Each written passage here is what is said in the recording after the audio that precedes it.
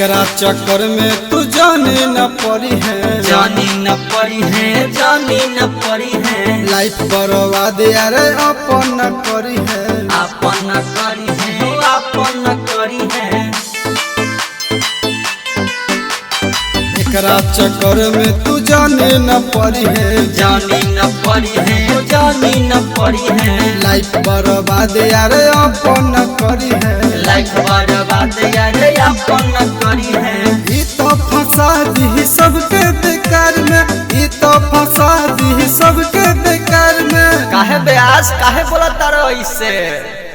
बिया खेला रे चार रखेली यार रे, बिया खेला रे चार रखेलिया रे। छोरी बिया खेला रे चार रखेलिया, छोरी बिया खेला रे चार रखेलिया। रखेलिया, रखेलिया। छोरी बिया खेला रे चार रखेलिया, रखेलिया।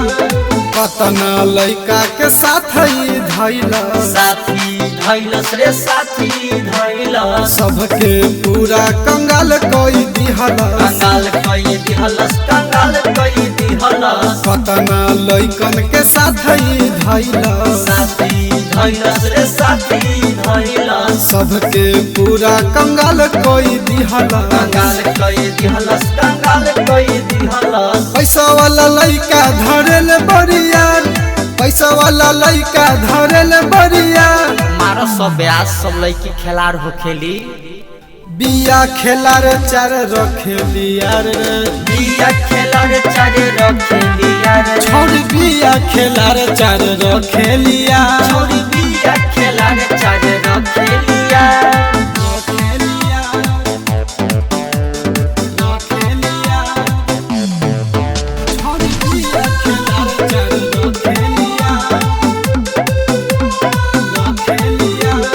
सुजीत सुगंध जानी परिहन फेर में, परिहन फेर में हो, परिहन फेर में। सब कुछ लूट ली छौरी अनेर में, छौरी अनेर में हो, छौरी अनेर में। विक्रम कपिल जानी परिहन फेर में, परिहन फेर में हो, परिहन फेर में। सब कुछ लूट ली छौरी अनेर में। छौरी अनेर में हो, छौरी अनेर में। पप्पू दीवाना से करी है न प्यार, पप्पू दीवाना से करी है न प्यार। काहो ब्यास दिलवा टूट गइल का?